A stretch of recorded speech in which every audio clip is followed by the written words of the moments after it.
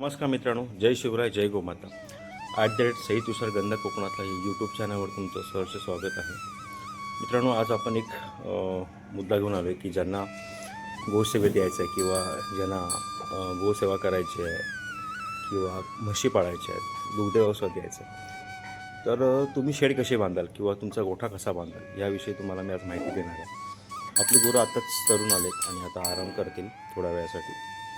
तर मेन ज्यावेळेस आपण गोठा बांधतो तर गोठा बांधताना दिशा ही पूर्व पश्चिम असावी, जेणेकरून पूर्ण गोठ्यामध्ये हवा खेळती असली पाहिजे. त्यामुळे समोरची जागा ती आहे ती पूर्व आणि या साईडला ही जागा आहे पश्चिम. आणि मी बांधताना थोडं हेवी मटेरियल वापरलं, कारण का आमच्या इथे थोडं वाघाचा आणि बिबट्याचा त्रास खूप आहे.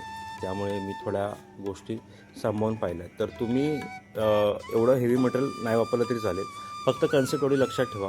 जसं आता गव्हाणी बांधले, गव्हाणीमध्ये स्ट्रक्चर तयार करून त्यामध्ये मी ड्रम आतमध्ये पूर्ण फिट केलेत, जेणेकरून आपल्याला साफसफाई करायला आणि पाणी द्यायला. जसं आता आम्ही पाणी ठेवलं आहे की गुरांसमोर आम्ही 24 तास पाणी ठेवतो या टबमध्ये.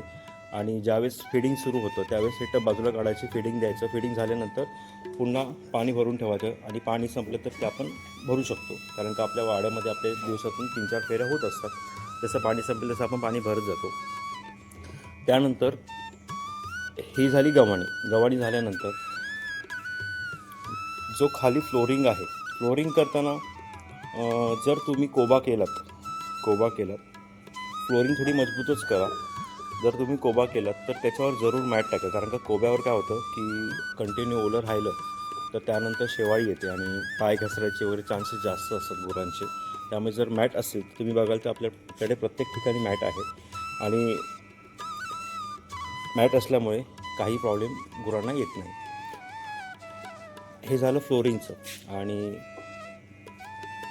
गव्हाणी बांधताना त्यामध्ये अजून एक तुम्हाला मी पर्याय सांगतो की कधी पण खाणं टाकताना ना गुरांच्या समोरून टाकायची सोय करायची. गुरांच्या पाठून जर आपण गेलो आणि खाणं टाकायला गेलो, आता हा माझा नंदी आहे, खुश आहे. जर मी ह्याला कधी खाणं टाकायला असं समोरून जर गेलो आणि या ॲटलाच आपण खाणे टाकायचा प्रयत्न केला, कधी काय होतं, गुरांची शेपटी किंवा गुरांचं शिंग आपल्याला लागू शकतं आणि आपल्याला दुखापत होऊ शकते. त्यामुळे कसं असतं, ज्यावेळेस आपण गुरांना खायला देतो ना त्यावेळेस गुरं एक्सायटेड असतात खाण्यासाठी. त्यामुळे मग आपल्याला इजा व्हायची शक्यता जास्त असते. त्यामुळे मी असं केलं आहे की समोरासमोर तोंड आणि मधून जागा केली, जेणेकरून दोन्ही साईडने आपण खाणं देऊ शकतो आणि गुरांना आपल्याला पण लागायची चान्सेस कमी असतात, इजा व्हायची चान्सेस कमी असतात आणि गुरांना आपल्याला व्यवस्थित देता येतं.